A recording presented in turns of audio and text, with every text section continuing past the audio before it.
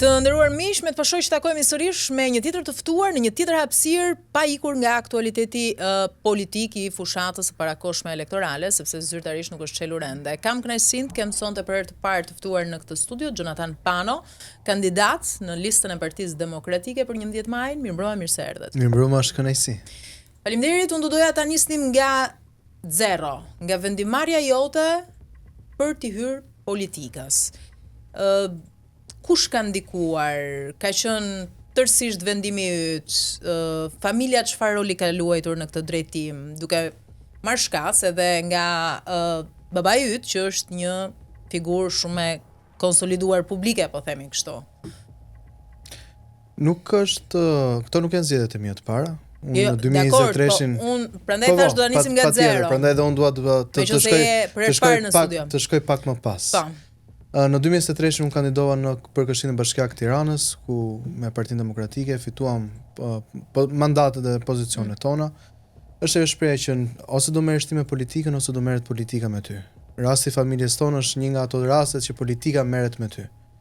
Për gjatë viteve të fundit mbas pandemisë kemi parë një agjendë shumë agresive liberale për sa I përket sulmit drejtuar familjes dhe këtë gjë kemi përjetuar edhe vet. Pra babai im ka 3 çështje gjyqësore të ndryshme për sa I përket diskriminimit dhe gjuhës urrëties me sa duket, sepse doli dhe mbrojti publikisht termin mami dhe babi kundër prindi 1 dhe prindi 2.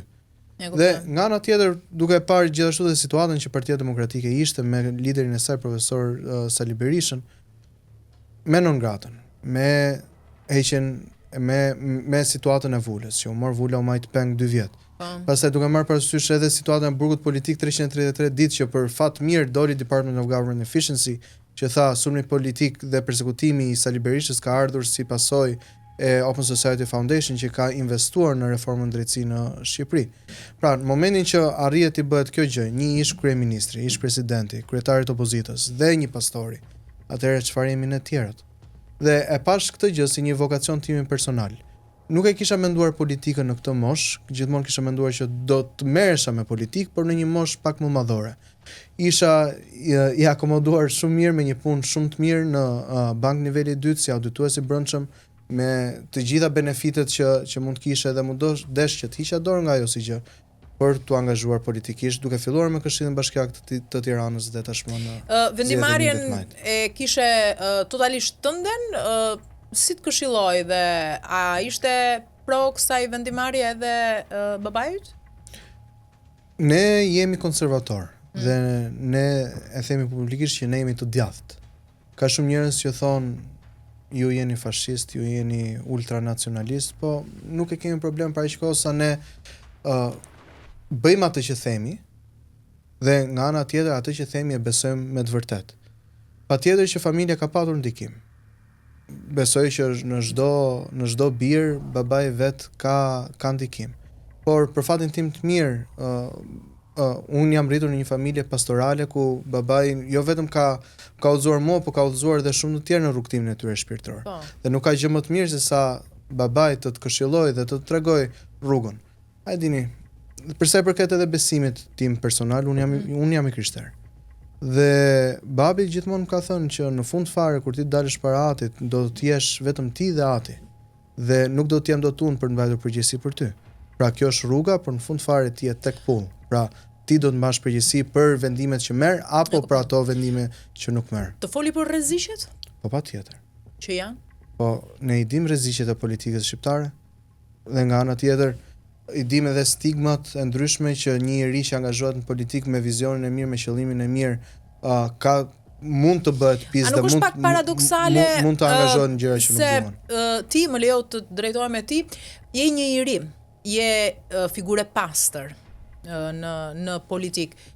Nga ana tjetër kemi të bëjmë me një establishment mbi 3 dekada, me njerëz që shumë prej cilëve sot japin llogari edhe para drejtësisë sepse mbartin mbi supe shumë çështje nga e kaluara me faj pa faj, këto janë vendime që I takojnë drejtësisë. Pra, rri mirë ti në këtë terren? Bashkëton mirë në këtë lloj terreni? Unë s'jam alien. Pra, unë jam djalë I rritur mes Tiranës, unë jam brezi 4 në Tiranë Dhe fakti që unë jam rritur në një familje pastorale nuk më bën mua automatikisht një qullash që nuk di se çfarë bëhet në botë. Çfarë do të ndryshosh ti në këtë politikë që kemi ne? Po ta fillojmë me projekt ligjet për familjen. Pra, ky është fokusi dhe vizioni im. Unë kam qenë një nga ata persona që kanë propozuar krijimin e Ministrisë Familjes së Shqipërisë sepse kemi nevojë familjen ta shikojmë si investim dhe jo si shpenzim. Për shembull, kemi rastin e Hungarisë. Personalisht shkova në Hungari, u takova me institutin që merret me politikat familjare hungareze dhe pash se çfarë po bën Hungaria, se po bën realisht një punë shumë të mirë. Kishin një merak siç kemi ne që po të futemi në Bashkimin Evropian, çfarë do ndodhi? Të rinjt kemi një eksod largimi, po me u hap edhe kufit në mënyrë që të gjithë mund të shkojnë ku duan brenda Bashkimit Evropian pa që nevoja për të marrë leje, atëherë do të kemi një shpopullim edhe më masiv. Atëherë çfarë mund të bëjmë? Le të fillojmë me politika të cilat do të vinë në mbrojtje të familjes, në mbrojtje të lindshmërisë, të cilat do të jenë pro njeriu, do të jenë pro shqiptarëve. Le të fillojmë me këtë. Gjitha nënat të cilat bëjnë minimumi 3 fëmijë do të përjashtohen precisht nga tatimi mbi të ardhurat personale. Në momentin që bën fëmijën e 4, atëherë dhe babai do të përjashtohet nga tatimi mbi të ardhurat personale. E pas këtë fokus përbashkët në programin tuaj gjithë ju të rinjt në PD, sepse edhe kreu i FRPD-s këtë më deklaroi në studio. Nuk e dija që kishte qenë Hungarisë. Po, strategjia e Hungarisë ka qenë studimi im i personal dhe prurje ime në Partinë Demokratike. Dhe kjo si gjë përderisa ju e keni diskutuar dhe me Besartin.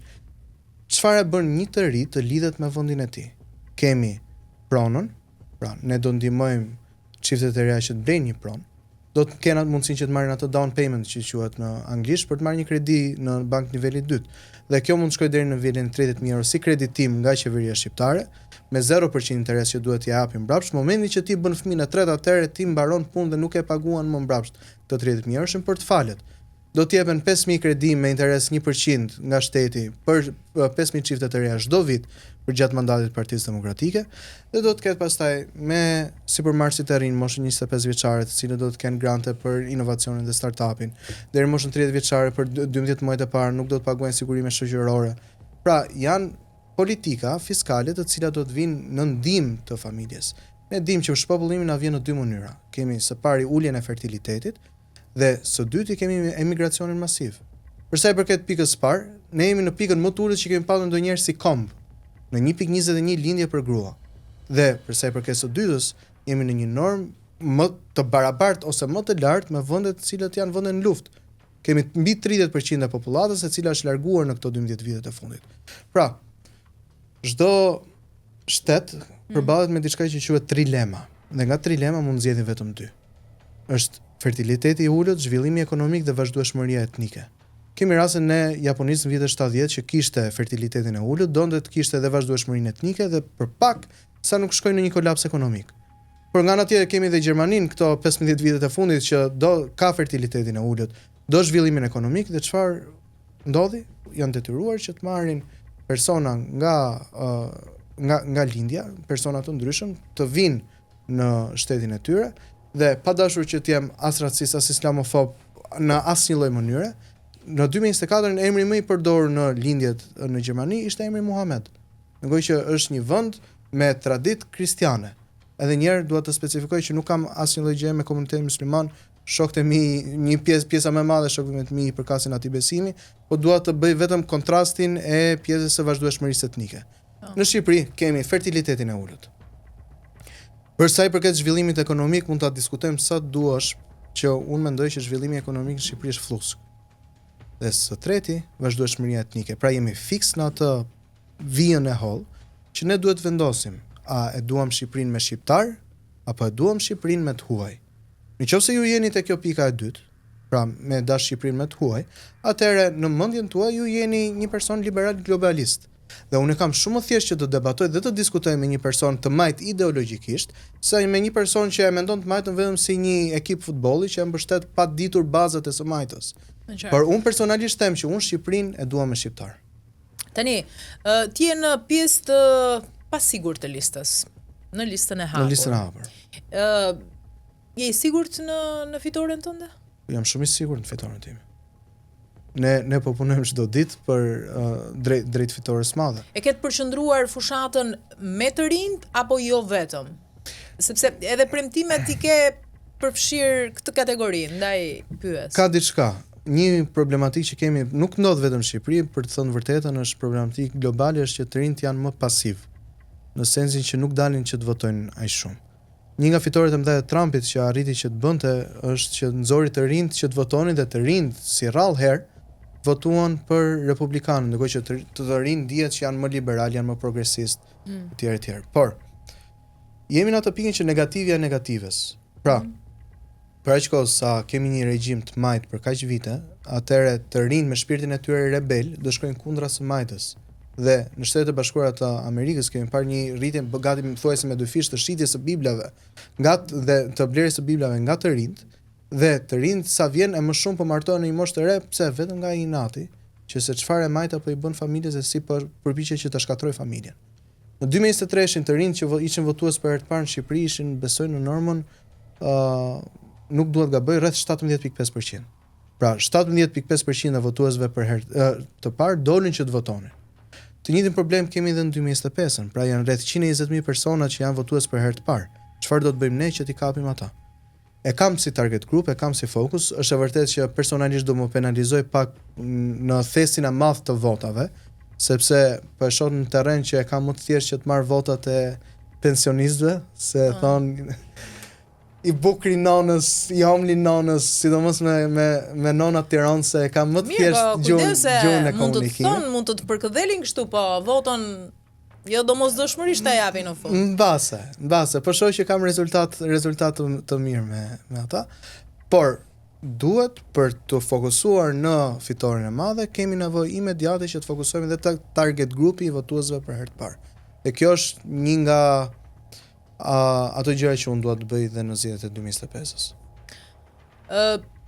A është Sali Berisha drejtuesi i duhur i Partisë Demokratike në këtë moment të saj? Pa diskutim që po. Pse?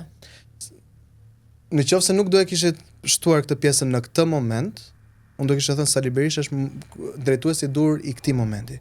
Ka një diferencë mes asaj që dua dhe asaj që duhet. Pra, a është Sali Berisha kryetari i Partisë Demokratike? Më pëlqen, nuk më pëlqen mua, pa diskutim që po. Është votuar me votën e demokratëve dhe me votën time dhe është kryetari i kësaj partie, duke marrë parasysh gjithë kalvarin që Partia Demokratike ka lënë. Mirë, nuk e bëra pa qëllim pyetjen. Marrim parasysh jo vetëm që është non grata nga Shtetet e Bashkuara të Amerikës, nga Britania e Madhe, ka një situatë vështirë edhe në raport me drejtësinë, ka mbi 3 dekada në skenën politike, është i konsumuar në aspektin që ka qenë më herët në qeverisje të ndryshme të këtij vendi, etj. Në këtë aspekt, në aspektin e konsumit e kisha më tepër pyetjen.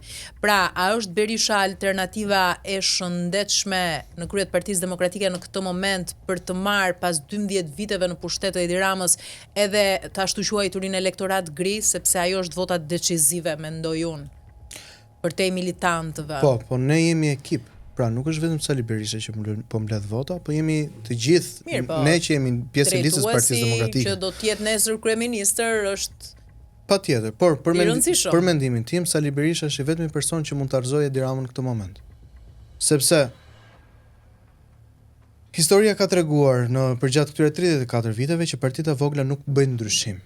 Pra, në qoftë se votat shkojnë drejt një partie të vogël, vota të cilat nuk përkthehen në një mandat, automatikisht me kodin zgjedhor që ne kemi sot, janë vota që automatikisht i shkrojnë Edi Ramës, që hiqen nga i thesi i madh i opozitës. Duke marrë parasysh Partinë Demokratike, unë do doja që pjesë e listës Partisë Demokratike të ishin të gjithë, mundësisht ishte edhe Arlind Qori aty brenda, ishin edhe të tjerët, që votat mos kishin humbje. Pra, ato bishët e vogla. Po si do të ishte Arlind Qori sa kohë ky fundit ka një politikë krejt majt? Sepse në fund do të kishte mundësinë që të dilte dhe të vazhdonte me atë grupin e vet dhe me votat e veta që do të merrte. Se nuk u bë bashkim kaq i gjerë, kaq gjithëpërfshirës. Kush ishte pengestari? Nuk e di. Pra, unë e vetmja gjë që di është që Partia Demokratike ka shtrirë dorën të gjithëve. Dhe kjo është thënë shpesh. Përveç Lulzim Bashit. Nuk e di se çfarë ka ndodhur me Lulzim Bashit, nuk i kam hyrë atyre detajeve që të pyes etj, po me informacionet që kam, dora i shtrirë të gjithëve. Tani ne jemi përballë faktit që Edi Rama është kryeministër prej 12 vitesh. Po kërkon që të marrë mandatin e 4, bëhet 16 vite kryeministër. mendimin tim, Edi Rama është e keqja më e madhe këtij vendi. Sepse njerëzit e mi, shokët e mi nuk jetojnë më këtu për shkak të keq qeverisjes. Dhe gjithashtu për mendimin tim Sali Berisha dhe Partia Demokratike është vetmja forcë që mund ta heqë Edi Ramën. Pra jemi përballë kësaj sfide. A e doni Shqipërinë me Edi Ramën dhe me Edi Ramën vdes edhe Shqipëria, sepse jemi në trilemën që po diskutonin në fillim, apo vjen Partia Demokratike në pushtet, Sali Berisha do të jetë kryeminist për 4 vite dhe do të kemi mundësinë që figurat e reja të dalin akoma më shumë pa me qeverisin e Partisë Demokratike dhe të bëjmë një ndryshim. Besoj e ke dëgjuar edhe ti në mas fjalin si më poshtë vion që Edi Rama rri në pushtet ende dhe pas 3 mandateve me siguri kërkon të 4-tin vetëm sepse ka përballë Sali Berishën. Ose më saktë të gjithë kupolën kryesore të Partisë Demokratike, po themi, se nuk është vetëm Berisha aty. E ke dëgjuar këtë? Shiko, është si ajo shpreha. Ka të vërtet këtu? Po është si ajo shpreha që gënjeshtra më e madhe që djalli mund t'i jep të botës është që t'i bindi ata që nuk ekziston. Pra, mua kjo më duket si propagandë e po vetë Ramës dhe Partisë Socialiste që të zhgënjej elektoratin ngri që mos dalin të votojnë edhe thonë këta njësoj janë. Po jo nuk ka, mendimin tim që nuk ka lidhje dhe nuk ka të bëj fare. Ç'do të thotë për ju nëse Rama arrin të fitojë edhe mandatin e 4? Me zgjedhjen e lirë të njerëzve? Po tani si do ta ndajmë këtë, sepse ju po merrni pjesë në zgjedhje. Kështu që sa kohë po merrni pjesë, i njihni ato. Në 2023 për shembull, shtabi elektoral i Erjan Velis sot është në Burg. Pra, të gjitha fjalët dhe aludimet që... Po mirë, nëse ju nuk besoni në proces, atëherë bojkotoni. Se të marrësh pjesë do të thotë që të pranosh. Ne besojmë në proces. Dhe kjo është arsyeja se pse ne jemi pjesë e procesit. Domethënë ju thoni që po humbëm, jam vjedhur, nuk ka asnjë shpjegim tjetër. Nuk po them që po humbëm jam vjedhur. Unë po them, me atë çfarë shohim në terren, fryma është jashtëzakonisht shumë e mirë. Po themi që kemi gjithë mundësitë dhe shanset që ne të fitojmë. Nëse ne Partia Demokratike me vullnetin e lirë të qytetarëve, atëherë duhet përmbushë statuti i Partisë Demokratike, ato gjërat që thuan në statut për kryetarin dhe për kryesin, dhe mbas ajo shpreha e Mark Twainit është e vërtetë që çdo popull meriton qeverisin që ka. Mbas se kjo është akoma më e vërtetë edhe për këto 12 vite që kemi patur në qeveri Edi Ramën. A duhet kishte ikë Edi Rama më kohë, po duhet kishte ikë. Po, nga ana tjetër, kur nga 2017 personi që mendojnë që e ka mbajt Edi Ramën në pushtet ka qenë Lulzim Basha. Dhe në këtë situatë politike që jemi, prandaj po them që vetmja alternativë e cila mund të sjellë ndryshimin real në Shqipëri është Partia Demokratike, duke promovuar akoma më shumë të rinjë të reja të cilët kanë një bagazh nga mbrapa, kanë një vizion politik, kanë arsimin dhe edukimin e dur mbi supe dhe që kanë zgjedhur që të qëndrojnë dhe ndërtojnë të ardhmen e tyre në Shqipëri. Ke komunikim me bashkëmoshatarët të tut në kampin Roz? Jo shumë. Kam... Jo, e kisha me idenë që ç'të thonë, ç'ndani mes jush për shembull. Po, për shembull e din që njësinë numër 8 ku unë jam i deleguar, e din që e kanë të humbur. Kjo është një nga mesazhet që marr. Dhe e kanë atë frikën e humbjes, e din që sepse kemi parë edhe një paralizim strukturave të Partisë Socialiste gjatë periudhës fundit, sidomos mbas arrestimit të Erjan Velis, sepse ai ka patur strukturat kryesore në Tiranë. Por ne nuk jemi fokusuar të merremi me ata, ne jemi fokusuar që të bëjmë punën tonë dhe pjesa e listës hapur, mendoj që është një gjë shumë e mirë, sepse çdo kandidat ka ngritur shtabet personale. Janë 37 kandidatë të listës hapur, janë 37 shtabe që po diskutoj vetëm për Tiranë. Minimumi 37 shtabe që po punojnë për fitoren e Partisë Demokratike. Tani u tha që fundjavën e kaluar, këtë fundjavë pra, do të vinte Krisla Civita, që është kontraktuar nga Partia Demokratike për si strategi fushatës tuaj për 11 majin, por nuk ka ardhur ende. Keni informacion apo smeren ju me këto? Jo, ekipi ka ardhur dhe ekipi ka filluar punën me shtabin qendror të partisë. Të premten është hapja e fushatës dhe La Civita do të jetë pjesë e hapjes së fushatës dhe do të qëndrojë deri në fitoren e zgjedhjeve. A do të jetë pjesë e hapjes zyrtare të fushatës? Po, do të jetë pjesë e hapjes. Që është caktuar për të premten. Të premten tek sheshi Nën Tereza. Ndërkohë Partia Socialiste ka caktuar më datë 12. E premte është 12 apo jo? E premte është 11. E keni me ditë ndryshme, po pra se thash se do bënit xing, se zakonisht në të njëjtin vend hapet, kështu s'kishte si të ndodhte. Ju për shembull, si e shihni po them në një mënyrë të veçuar, një optik ndryshe, më naive e një të riu në politik ardhjen e Lasivitas, domethënë, a besoni ju vërtet se ai do të ketë një lloj kontributi që do të përkthehet në vot? Sa e konsideroni? Domethënë, të qenin me këmbë në tokë, se përtej propagandës madhe. Po, të qenin me këmbë në tokë, mund të kesh Sa ai nuk do detyroj shqiptarët të votojnë, jo, gjithsesi. Patjetër, po mund të kesh enët më të mira të kuzhinës, po pos patë kuzhonjerin e dur, atëre do bësh nuk do dish të skuqesh asnjë. Gja retorika e dy kampeve kryesore njëhet. Domethënë ka nisur me buf kënete, me hardhuca, me bretkollsa dhe 77-313. Është interesante kjo. Do ndryshoj mendon ti gjatë fushatës? Përderisa ai tregoi rezultatet me fitoren e Donald Trump në Shtetet e Bashkuara të Amerikës. Ndërkohë që të gjithë e para po flasim për dy realitete krejt ndryshe. Po, në një vend me 330 milion banor arriti që ta nxirrte nga statistikat e humsit që e nxori fitues, atëherë kjo tregon një trend të mirë apo jo. Për sa i përket bufit kënetës dhe gjithë retorikës që Rama bën, Rama është më folklorik. Jo, flas ka nisur me një retorik shumë tallava, po them, dhe nuk është se ka Partia Socialiste këtë program, një retorik për të dëgjuar etj. Partia Socialiste këtë retorik ka pas gjithmonë, pra ka fituar me tepsi, me timon, me tallava. Po ka fituar ama tani është me pjesën e kënetës. Pra, dhe tani është bërë pak më stoik, pak më filozofik, është bërë Orwellian në retorikën që përdor, se thot është këneta, pra ferri, është Parajsa që është Bashkimi Evropian, dhe është Edi Rama që është Mesia që do na shpëtojë nga ferri dhe do na çojë drejt Bashkimit Evropian. Po, dhe Bashkimin Evropian tani na ka dalë me idenë e 2030-s që nuk është as pjesë e këtij 4 vjeçarit mandatit. Ndërkohë që Partia Demokratike ka një program konkret se si do ta bëjë jetën e njerëzve, jetën e qytetarëve të këtij vendi më të mirë, se si do kemi mundësinë që të rinjtë dhe të reja të kenë mundësinë të zgjedhin dhe të duan që të jetojnë në Shqipëri. Dhe mos të ikin jashtë. Apo dhe ata që janë larguar të kenë mundësinë që të vinë dhe të investojnë në Shqipëri. Realisht, nga Kampi Blu, ne kemi dëgjuar këto ditë fushate para elektorale, po themi që bëhen premtime, sidomos nga kryetari Berisha, premtime shumë të mëdha. Të mira, patjetër, po shumë të mëdha. Tipit. Dhe ka po se di tani, domethënë ajo kthesa që do i bëhet jetës së shqiptarëve me xhepin plot, domethënë nga ferri, po nisem nga fjalët e tua, do kthehemi në Parajsë, sa hapen mbyllsyt. Fill pas rotacionit. Jemi më të kujdesshëm.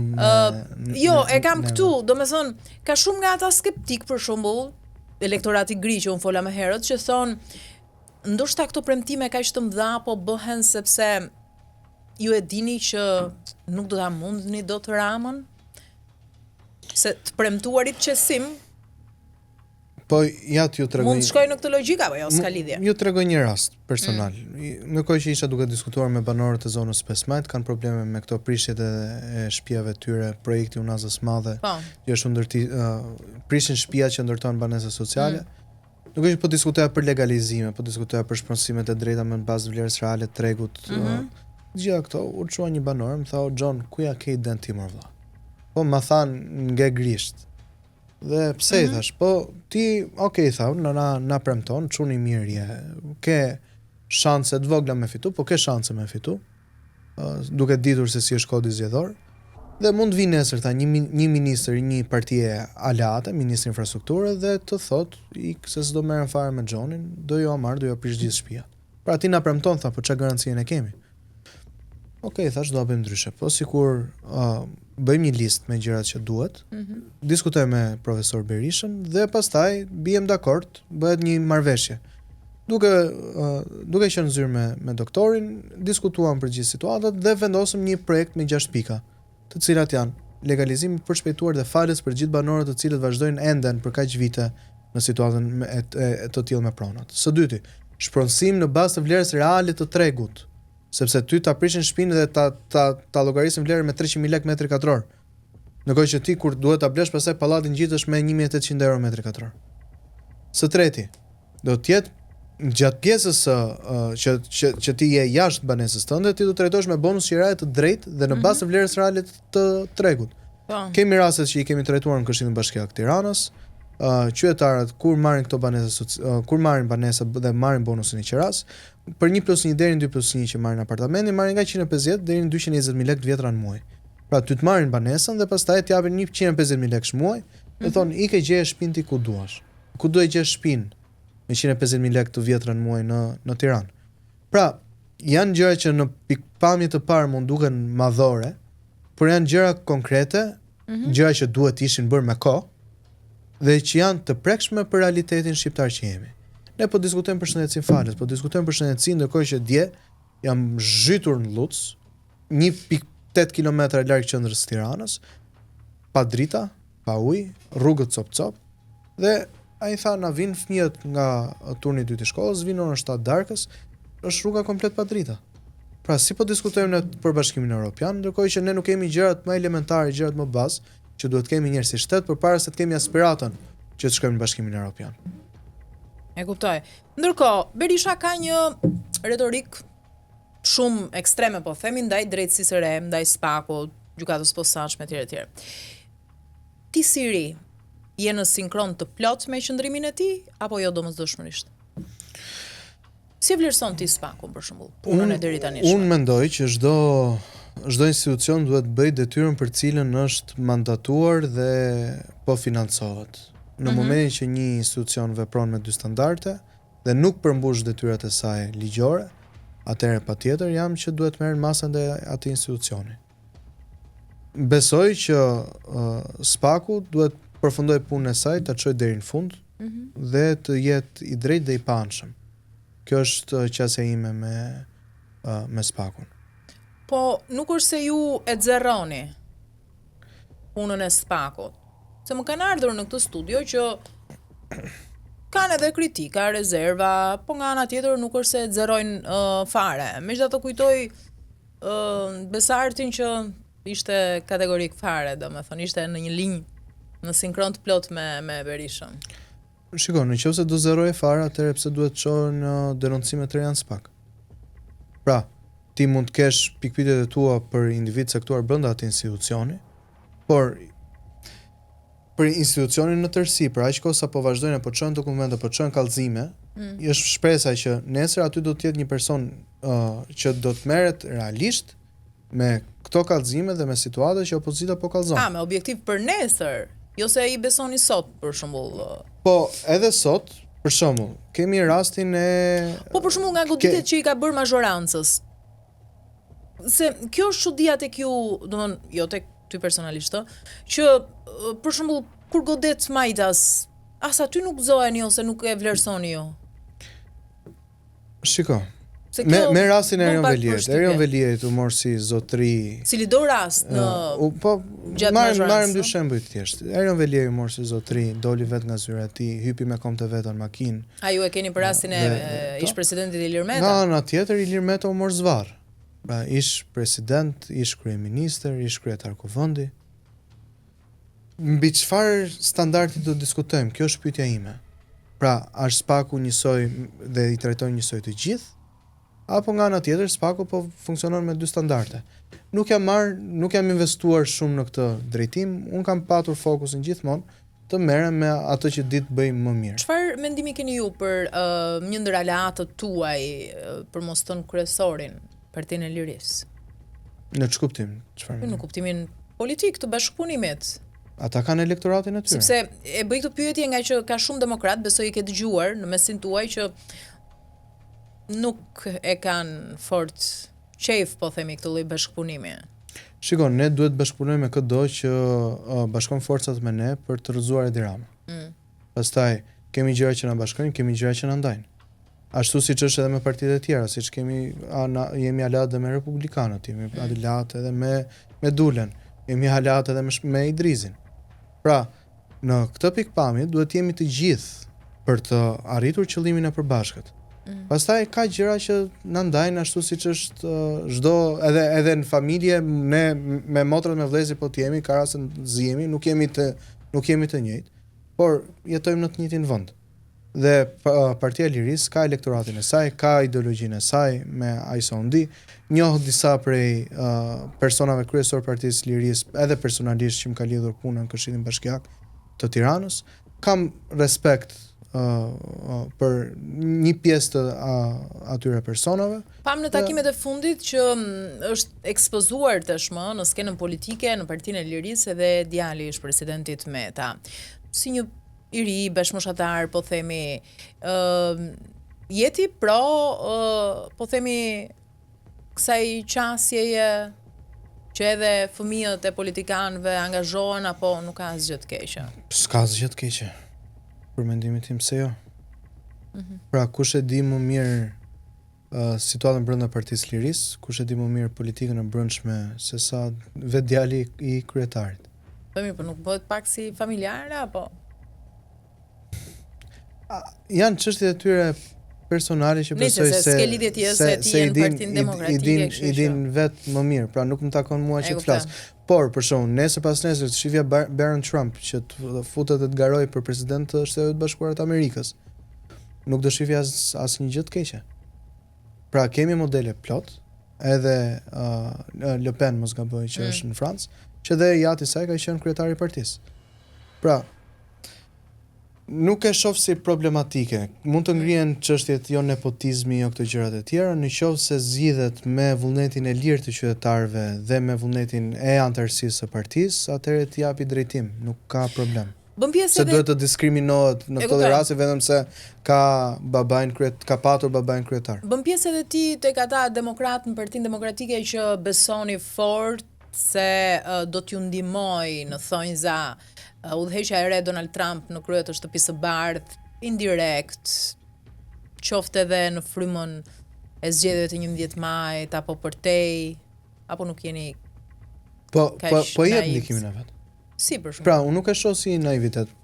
Filloj me me USAID. Për shembull, një nga gjërat që unë po vlerësoj është Department of Government Efficiency, që po e drejton Elon Musk. Mirë, po tek ju besojnë që do të ndikojë edhe tek më në fund tek rrëzimi i kësaj qeverie etj etj. Po jo, nëse nuk vjen Donald Trump që të fusi votat në kuti. Në këtë kontekst tek kisha pyetjen. Nuk jemi kaq deluzional. Në këtë aspekt. Nuk e besoj.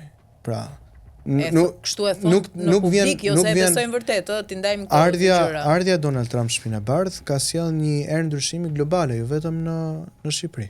Pra, nga goditja se ka bërë kërdin me tarifa. Goditja, por edhe pse ka bërë kërdin me tarifa, çfarë po shikoj approval rating të Trumpit? Approval rating i tij brenda Shtetit Bashkuar është rritur. Pra, duket që vetë njerëzit po dhe atje po nisin protesta. Ka protesta nga Elon Musk ka kërkuar zërimin e tarifave. Protesta nga liberalët që po dalin për protestojnë kundër Teslas tani. Dhe po ta shikosh janë bë meme se dalin Tesla i vjen sistema Audi, sistema Toyota, vetëm që mos vandalizohen makinat. Po është tjetër pritshmëria për garën e Tiranës për 11 majin, sa mandate parashikon që do të marrë Partia Demokratike? Personalisht një pritshmëri pak me këmbë në tokë. Me këmbë në tokë.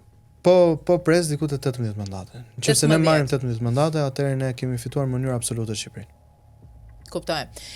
Po një rezultat në rang kombëtar në gjithë vendin? Sipas parashikimeve, po themi diku te 75-77 mandate. Pra nuk po shkoj aq larg sa të shkoj te sa të shkoj te 80-ta. Të vjen keq që shumë vota nga demokratët për shembull mund të ikin për vendet e tjera, i referohem këtu tek Lulzim Basha, tek Partia e Re që ka krijuar Enkeleda Libeaj, tek mundësia e Agron Shehajt se dhe ai përgjithsisht vota djathta zotmar. Dhe këto janë vota që ikin nga Partia Demokratike. Apo rezultati do ta superojë edhe këtë rrjedhje, po themi. Po personalisht për një pjesë këtyre kam respekt maksimal për aq kohë sa kanë dalë si deputet Partisë Demokratike. Pra, kanë dalë nga njëjta shtëpi.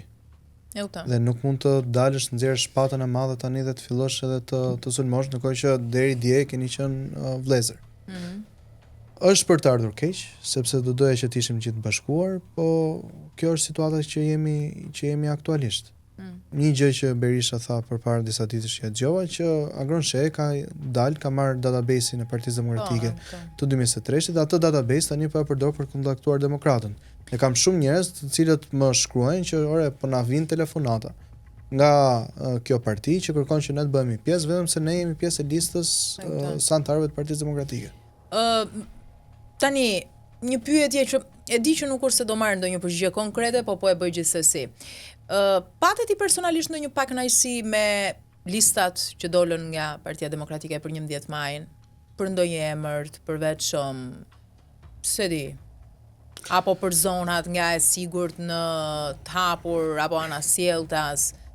Po pak a shumë ato listat e mbyllura ne i dinim se si do ishin. Të erdhi keq për ndonjë figurë, për shembull, po pyes konkretisht për Dashnor Sulën, për shembull, që ishte një, duhet thënë, duhet pranuar, besoj dhe ju e dini, një hambar votash në zonën e tij.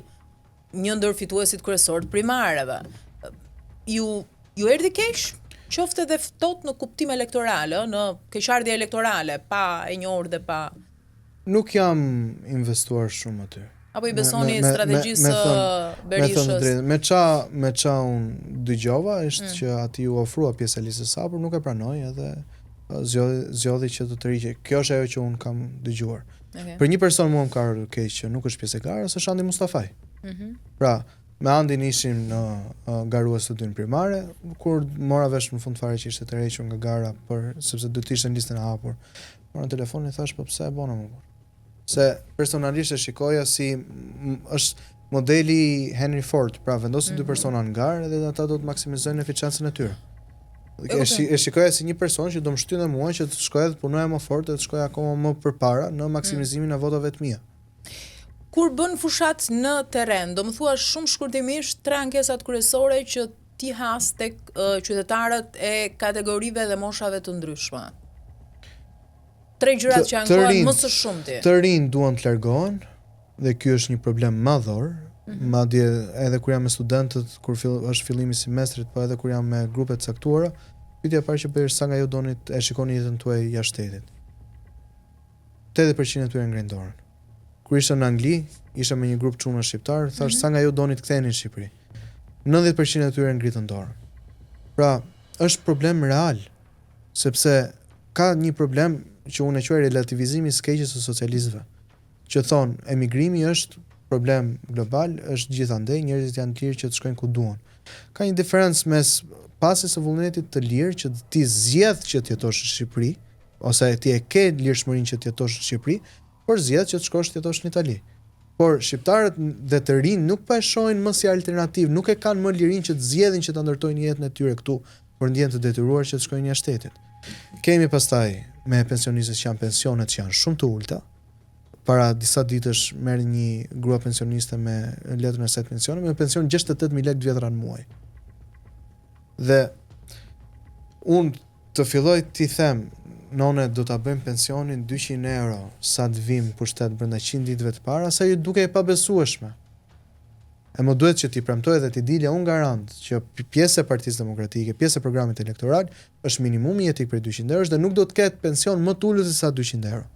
Kur sot e ka 200 euro e sipër, brenda 100 ditëve të para do të rritet me 20%. Pastaj më duhet t'i shpjegoj kartën e konsumatorit, që me atë kartë ata do të kenë mundësi të marrin deri në 450 euro mbrapsht nga TVSH-ja, cila do të sjellë edhe pjesën e rritjes së formalizimit të ekonomisë. Po duhet diskutojmë pastaj për pagat minimale, cila do të jetë në 500 euro. Shumë njerëz mund të thonë që prapë është ulët, dakord. Por le ta fillojmë mirë me 500 euro. Apo me pagën mesatare që do ta çojmë në 1200 euro. Pra janë këto, sepse disa shpesh herë njerëzit thonë që po këto janë i çikt majtës i gjona, po prit më, por sepse kemi nevojë që dalim njëherë nga skamja dhe pastaj të fillojmë të diskutojmë për reformat fiskale. Pra kemi nevojë si fillim për këtë bllokun e ndihmës, bllokun e emergjencës. Dhe nga bloku i emergjencës, bloku i dëmshurisë, pastaj do të kalojmë dhe do të diskutojmë për pjesën e reformave fiskale. Dhe gjithashtu ka akoma familje që diskutojnë për nuk kemi ujë, nuk kemi drita, kemi probleme me legalizimin dhe sistemi shëndetësor që kemi në Shqipëri që është katastrofë. Dhe fundit që kam unë, pse duhet të votojnë ty qytetarët më 11 maj? Nuk e dua përgjigjen në drejtim të programit përgjithshëm që ka dhe ofron Partia Demokratike, por e dua po themi në drejtimin e parlamentit, si një zë i ri, si një i ri në parlament, çfarë do të bësh ti, si do t'i shërbesh ti qytetarëve?